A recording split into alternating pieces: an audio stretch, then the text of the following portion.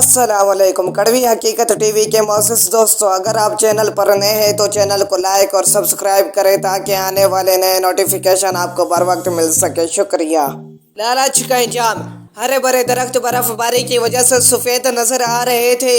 सर्दियों के दिन थे। बर्फबारी होते ही जंगल में सन्नाटा छा गया था। जिन जानवरों ने सर्दी की आमद से पहले ही खुराक जखीरा कर ली थी वो मजे से घर में बैठकर खा पी रहे थे। जिन्होंने कोई इंतजाम नहीं किया था वो सर्दी से कांपते हुए खुराक की तलाश में निकले हुए थे। लोमड़ी रात का खाना मोटे खरगोश और गोल मटोर चकोरों से हासिल कर दी थी। सर्दियों की आमद से पहले वो रोटी के टुकड़े जमा कर लेती जो सर्दियों के दिनों में उस वक्त काम आते जब खाने की कोई चीज ना होती। एक दिन मोटा खरगोश अपनी नानी के घर गया हुआ था और चकोर घर पर नहीं था। इस रात लोमड़ी और उसके शोर लोमड़ ने रात को बासी टुकड़े खाए। सुबह सवेरे लोमड़ी ने खुराक की तलाश में जंगल का एक चक्कर लगाया लेकिन खाने की कोई चीज दस्तयाब ना हुई।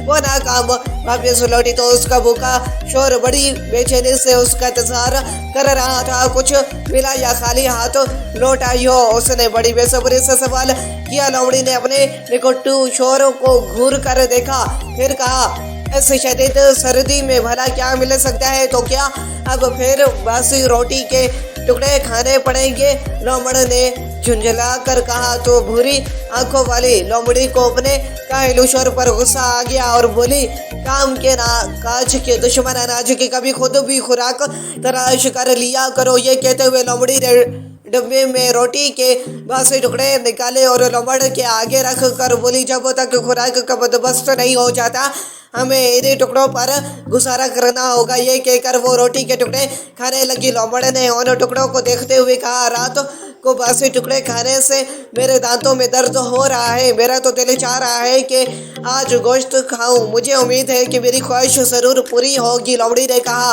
तुम चाहते हो कि हर चीज तुम्हें बैठे बिठाए मिल जाए। मेरी तो किस्मत ही फूट गई जो तुम जैसा निखट्टू और काहिल शोर मिला है जिसे खिलाना भी खुद ही पड़ता है।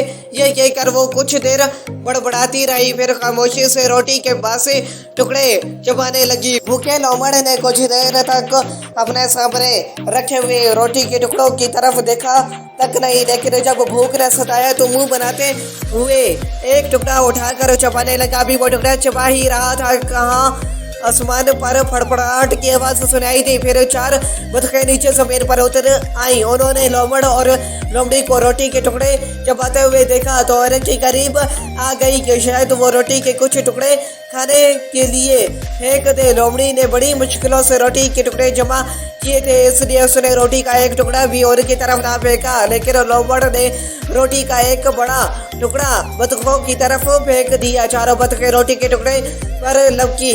उनमें से जो सेहतमंद बतख थी उसने रोटी का टुकड़ा हासिल कर लिया और देखते ही देखते उसे हड़प कर गई। लोमड़ ने दूसरा टुकड़ा फेंका तो वो भी इसी बतख ने खा लिया। तीसरा टुकड़ा बीच में गिरा और चारों बतखें इस पर तेजी से झपटे, लेकिन ये टुकड़ा भी तगड़ी बतख ले उड़ी। ये देखकर लोमड़ी लोमड़ पर चिल्लाई, पागल तो नहीं हो गए जो रोटी के टुकड़े इस तरह जाया कर रहे हो? लोमड़ ने कहा, ये खुश्क टुकड़े खा कर मेरे पेट में दर्द हो गया इसलिए मैं इन बतखों को खिला रहा हूँ। ये कहते हुए उसने चौथा और पांचवा टुकड़ा भी बतखों की तरफ फेंक दिया। तगड़ी बतख ये टुकड़े भी खा गई।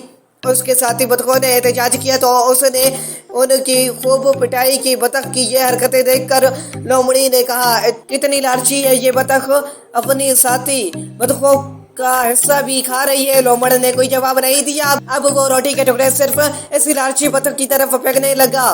दूसरी बतखों का ऐसा खा खा कर तगड़ी बतख का पेट फूल गया। उसने इतना खा लिया कि अब उससे इधर उधर दौड़ना भी मुश्किल हो गया। बस करो, तुमने तो सारे टुकड़े इसी लालची बतख को खिला दिए हैं, लोमड़ी ने चिल्ला कर लोमड़ से कहा।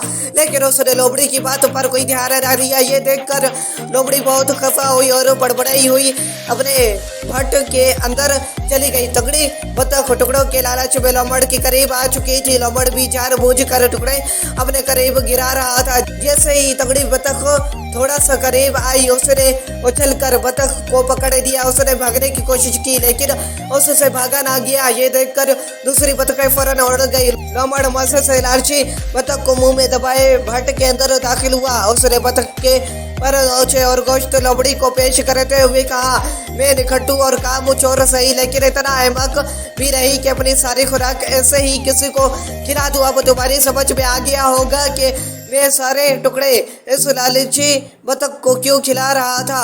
आओ इस सर्द मौसम में बतख के गरम गरम गोश्त का मजा उड़ाए। लोमड़ी, जो कुछ देर पहले लोमड़ पर बेहद खफा थी, अब उसे लोमड़ दुनिया का अक्लमंद जानवर दिखाई दे रहा था। उसने कहा, तुम वाकई बहुत चालाक हो, मैं तुम्हें मान गई। उसके बाद दोनों ने मिलकर लालची बतख के मजेदार गोश्त की दावत उड़ाई।